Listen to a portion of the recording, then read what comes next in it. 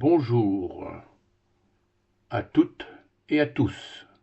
Je m'appelle Bernard et je vous souhaite la bienvenue dans cette série consacrée à l'histoire de l'Afrique noire.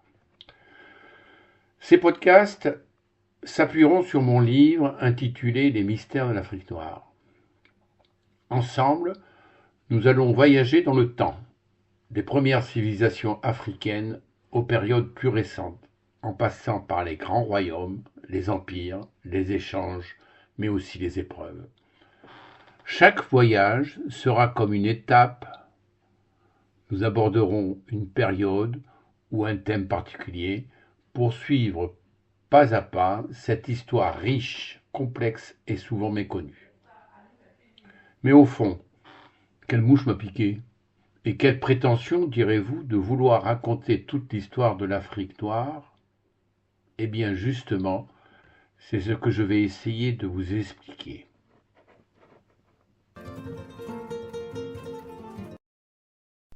Si j'ai eu envie d'écrire ce livre sur l'histoire de l'Afrique noire, c'est sans doute parce que j'ai passé de longues années sur ce continent.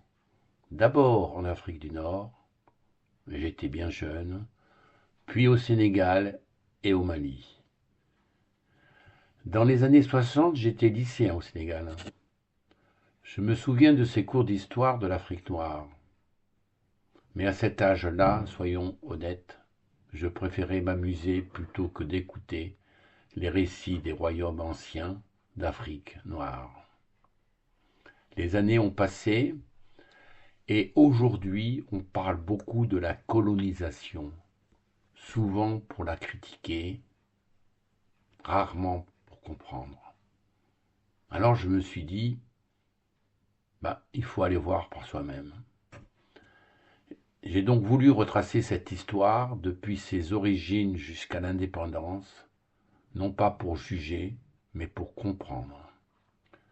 Car trop souvent, les discours, qu'ils viennent d'Europe ou d'Afrique, manquent d'honnêteté et servent plus à accuser qu'à éclairer.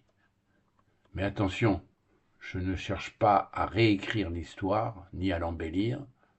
Certains faits du passé, il faut peut-être le comprendre, ne correspondent plus à nos valeurs d'aujourd'hui. Il faut les regarder en face, sans les excuser, mais sans les déformer non plus.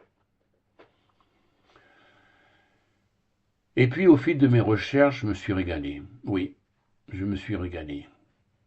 À travers ces siècles d'histoire africaine, j'ai découvert une richesse incroyable, des royaumes puissants, des peuples multiples, des griots qui portaient la mémoire des ancêtres, et un esprit de dignité et de solidarité qui m'a profondément touché. Moi qui ai donc grandi aux côtés d'amis africains, j'ai retrouvé dans cette exploration quelque chose de très personnel, mais aussi une certaine tristesse, en voyant aujourd'hui tant de jeunes Africains croire que leur avenir est ailleurs, loin de la terre. Et pourtant, ce continent a tout pour se relever s'il parvient à se libérer de la corruption, s'il retrouve confiance en lui-même, alors l'Afrique pourra écrire son avenir, avec la même grandeur que celle de son histoire. Ce livre que j'ai intitulé Les mystères de l'Afrique noire, je le dédie à mon ami Moïse, avec qui j'ai partagé tant de moments heureux dans les quartiers populaires de Dakar, mais également à 4 collègues de travail maliens à Bamako, qui m'ont tant appris sur la vie, sur la fraternité et sur cette Afrique que j'aime profondément. Voilà, c'est mon regard, mon parcours et surtout mon hommage à un continent que je n'ai jamais vraiment quitté.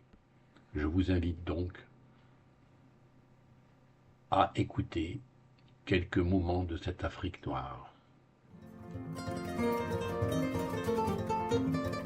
Voilà pour ce premier contact. Merci de m'avoir écouté jusqu'au bout. Si ce sujet vous intéresse, n'hésitez pas à écouter les prochains voyages.